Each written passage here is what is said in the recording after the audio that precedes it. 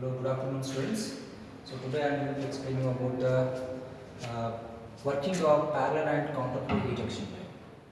So coming to the setup, you can see here exists a geyser where we are supplying power so that there is a heating coil, and to this geyser we are supplying a fluid, that is a cold water only. So from the below you can see when you open this valve, so we can set the flow rate so that that continuous flow of water will be there to the geyser. So in geyser what happens? The water will be heated to some high temperature. So that fluid is called as a hot fluid. That hot fluid is going to flow through this downward pipe and it will be entering into the here, and if you open this valve number 2, then the hot fluid will be entering at the center pipe. So here you can note down the temperature, that is called as a hot water inlet temperature, that is THI. So when it will moves into this pipe, this arrangement will be like this. So this is the center pipe surrounded by another pipe. So at the center now hot fluid is flowing, surrounded by another pipe is there. In that pipe we are making that cold water to flow. Remember this. So at the center the hot water fluid is flowing. So you can note down the temperature as a THI. Next, coming to the cold water element.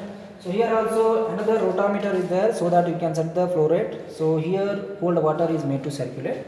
So close the valve number 5 and cold water will be coming to this pipe, and after that it will be entering into this.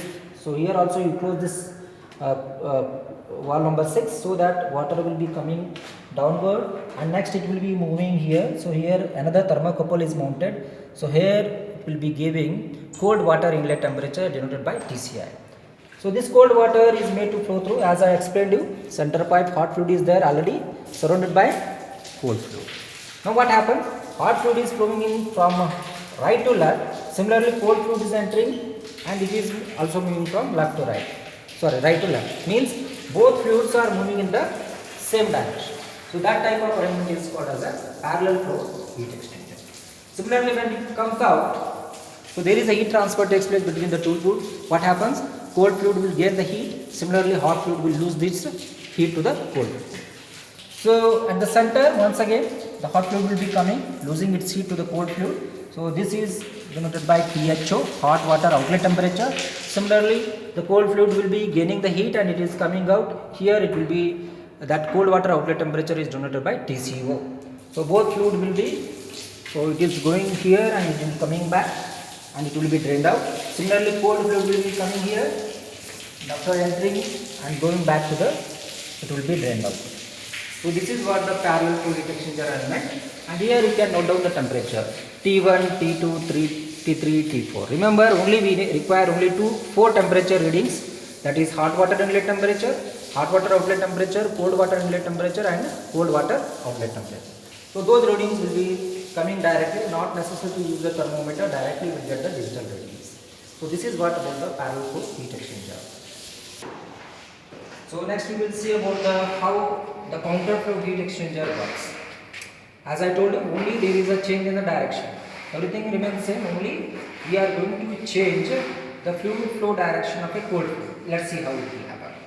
So same way, from geyser we are getting the hot fluid entering into the core pipe at the center pipe. Hot fluid direction is same, but what about the cold fluid flow direction? You can observe here.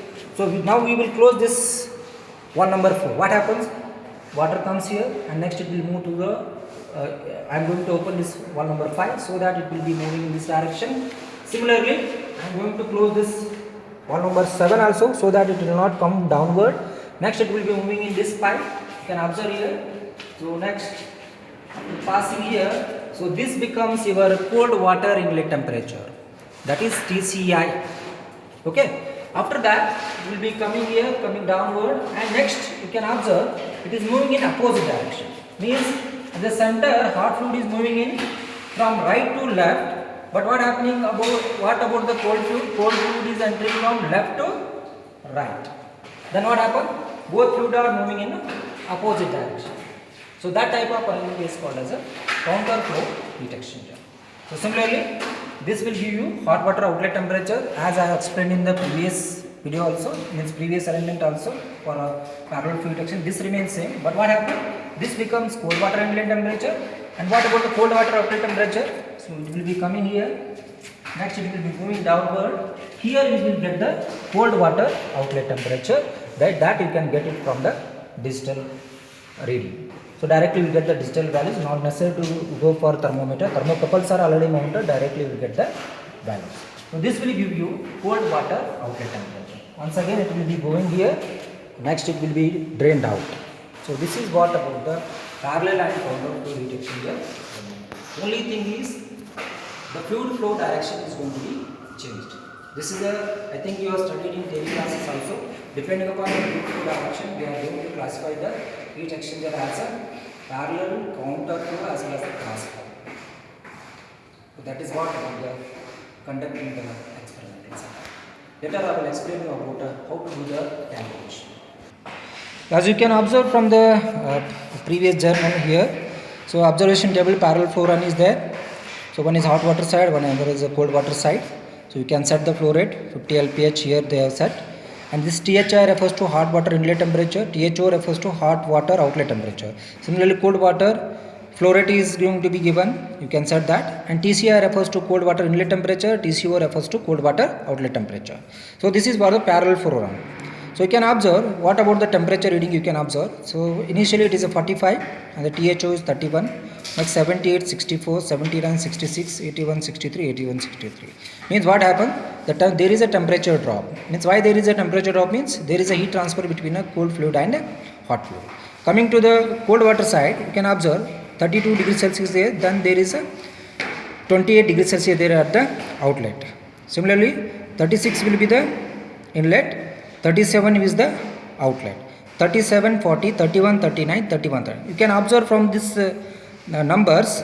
So cold water temperature will be less than the cold water outlet temperature. You can observe 37, 40, 31 means 8 degrees Celsius difference is there. Means what happened?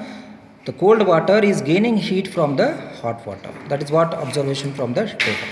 And the calculation remains same. You should convert that LPH into kg per second, as already know in your fluid mechanics also. Then calculation of the heat transfer rate Q, the same basic equation, mCph into delta T. So when it is a hot water, you take the temperature difference between hot water inlet and hot water outlet. Similarly for when it is a cold water, there is a change, cold water outlet temperature minus cold water inlet temperature. Because why we are taking this TCO means TCO is higher than the TCI. So this is what about the heat transfer rate calculation. Coming to the LMTD already you know in the theory classes also. In the same way we need to do the calculation delta T1 and delta T2. So just calculate the LMTD by using the formula, you will get the LMTD. After that, next comes overall heat transfer coefficient. You are using the basic formula Q equal to UA delta Tm. So this delta Tm refers to logarithmic mean temperature difference. This is a LMTD you have to take, not the normal temperature. So once after calculation of the LMTD, next you separately calculate the overall heat transfer coefficient based on inner radius as well as the outer radius. Use the corresponding areas, you will get the corresponding overall heat transfer. Coming to the last calculation, which is a very important, that is called as a effectiveness. So effectiveness is nothing but maximum heat transfer rate to the possible heat transfer rate. So you are using the maximum to possible heat rate. So you are having a separate formula, you will get in the data handbook, just use that. So this is if it is a parallel flow, we are using the THI minus THO divided by THI minus TCI. So that you will get the 0.36. See here we have got the 0.36. Similarly the same procedure is followed to the counter flow also. Same procedure. So for the counter flow you can observe, this is for the counter flow. Same tabular column will be there, THI, THO, similarly TCI, TCO. You just note down the reading and substitute their values, and you can get the temperature difference between both those two. Next same calculation, heat transfer rate Q, mCp into delta T. Similarly cold water mCp into TCO minus TCI. Same LMTD has to be used, but the only thing is you have to use the formula LMTD for a counter flow heat exchanger, not for the parallel flow. So we will get around 37.77 degrees Celsius in this experiment. And after that overall heat transfer coefficient can be calculated. And the last one is, as I told you, effectiveness of the heat exchanger. So only the formula will change here, THI minus THO, THI minus TCI. So here we have used the formula THI minus THO. So here he has written formula wrong. You can refer the data handbook. If you go through the data handbook, you will get the correct formula. So use those formula, you will get the heat exchanger effectiveness. So ultimately these can be used as a results. So you can use these as a results. Thank you.